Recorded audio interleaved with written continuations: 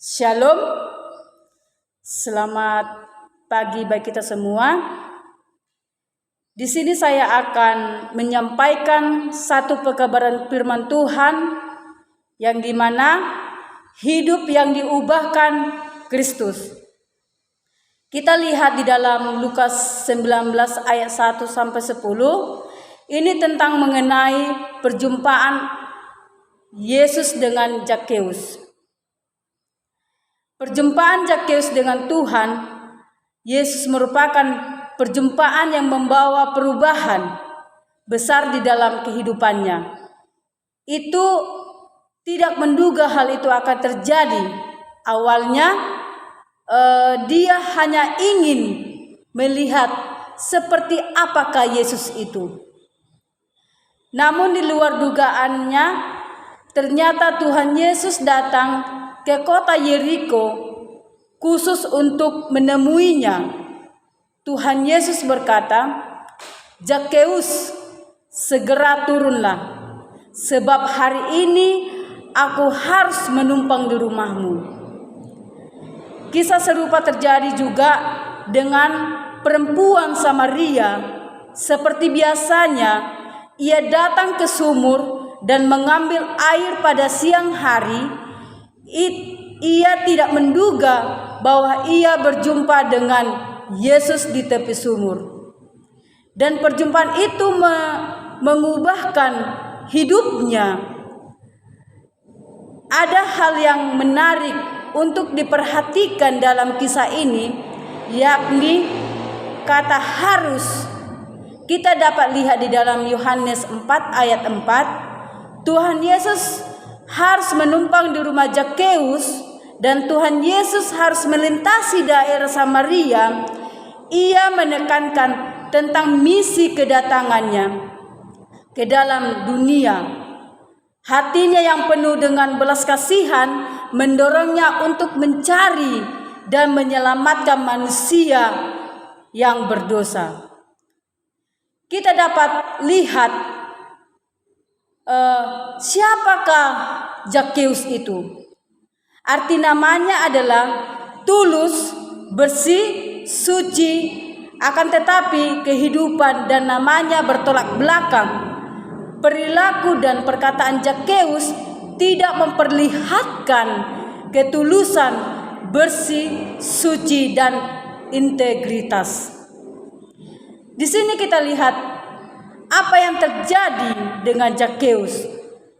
Pekerjaannya yang berkaitan dengan pemungut cukai telah menempatkannya pada posisi yang tidak mungkin untuk menjaga semuanya itu.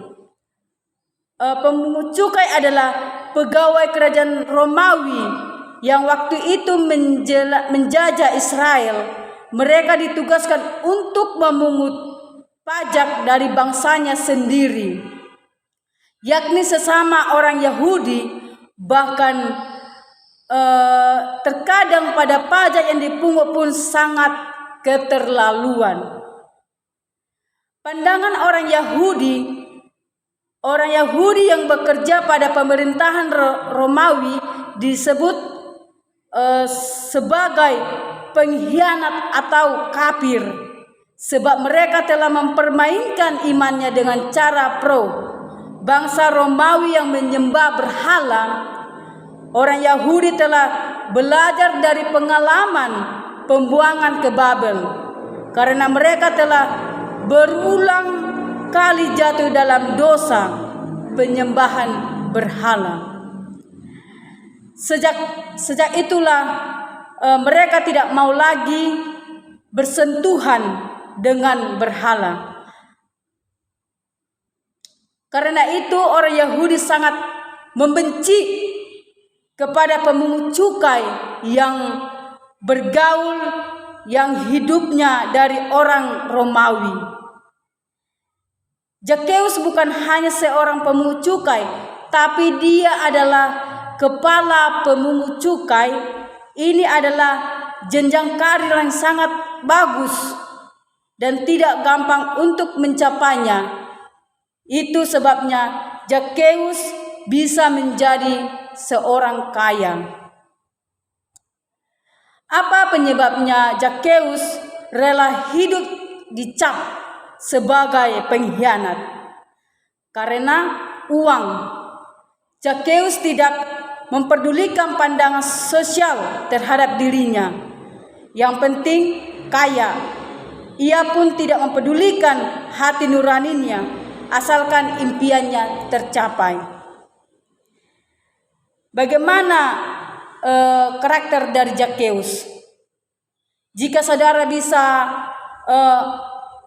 membayangkan seorang pemungut cukai yang memeras, maka saudara juga membayangkan bagaimana karakter seorang Zakheus: cinta uang, pelit, serakah, galak, pemeras, tidak berperi kemanusiaan.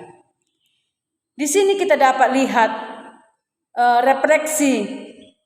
Ada orang yang rela untuk mengorbankan hal-hal yang paling berharga dalam dirinya, harga diri, kehidupan rohani, bahkan imannya, sekalipun karena uang.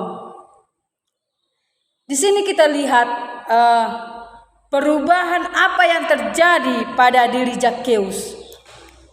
Ayat 8, Tuhan setelah setengah dari milikmu akan kuberikan kepada orang miskin, dan sekiranya ada sesuatu yang kuperas dari seorang, akan kukembalikan 4 kali lipat. Jika kita memperlihatkan ayat ini, maka sangat kontras sebagai kehidupan Zakheus sebelumnya. Tadinya Zakheus ini adalah serakah, sekarang malah memberikan setengah dari hartanya kepada orang miskin. Tadinya kering terhadap orang miskin, sekarang malah berbelas kasihan.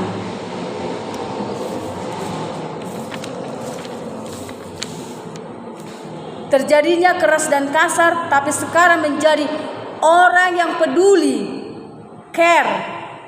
Tadinya mementingkan diri sendiri, mengejar kekayaan demi dirinya sendiri.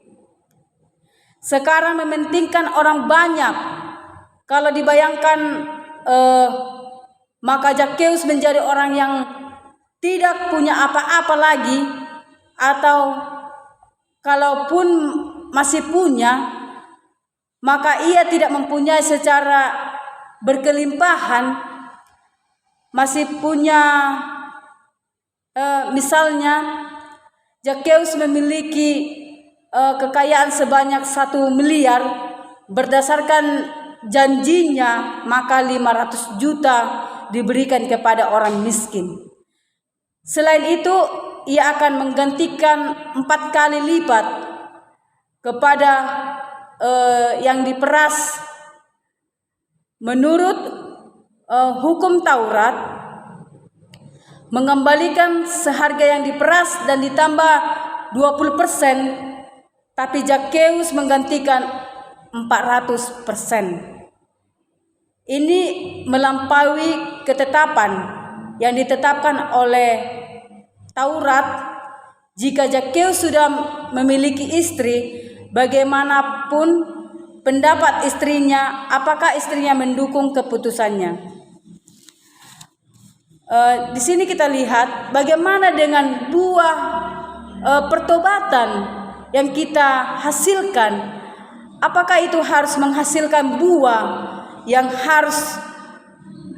manis di bibir, tapi tidak menunjukkan buah yang sesungguhnya. Di sini kita lihat apa yang menyebabkan perubahan. Kedatangan Yesus ke rumah dan hidupnya telah mengubahkannya. Menurut Lukas 8, kita mengetahui bahwa pemungut cukai merasa enggan, tepatnya malu, untuk datang ke bait Allah dan berdoa. Karena pun mereka datang, mereka akan berdiri jauh-jauh karena menyadari keberdosaan dan ketidakyakinannya. Akan tetapi sekarang Tuhan Yesus yang mendatanginya dan menumpang di rumahnya, di luar dugaannya bahwa Tuhan Yesus bersedia untuk hadir di dalam rumah dan hidupnya. Ia merasakan kasih, pengampunan, dan penerimaan dari Tuhan terhadap dirinya. Orang-orang di sekitarnya menolak dan membencinya karena dosanya. Tapi Allah bersedia untuk menerimanya. Anugerah Tuhan yang telah menerima dan mengampuninya telah membuatnya berubah. Banyak tokoh-tokoh di dalam sejarah kekristenan ini yang dimana yang hidupnya diubahkan oleh Tuhan. Salah satunya adalah Agustinus. Sebelum bertobat, Agustinus memiliki kehidupan yang tidak baik. Namun setelah bertobat, ia memberikan dirinya bagi Allah dan pelayanannya membawa dampak yang besar bagi gereja hingga hari ini. Di sini kita lihat apa yang bisa menjadi perenungan bagi kita. Yang pertama, didasari atas kasih Kristus yang sudah menyentuh kita. Lakukanlah segala sesuatu di dalam kasih-Nya.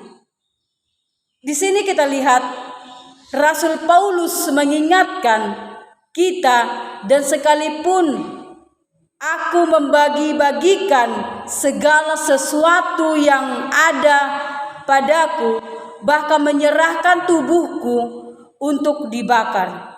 Tetapi jika aku tidak mempunyai kasih sedikit pun, tidak ada faedahnya bagiku. 1 Korintus 13 ayat 3. Lakukanlah segala sesuatunya di dalam kasih Allah. Bagaimana reaksi kita dengan keluarga kita? Mencintai keluarga dan melayani keluarga adalah sesuatu yang natural. Siapapun bisa melakukannya, akan tetapi kita perlu menambahkannya.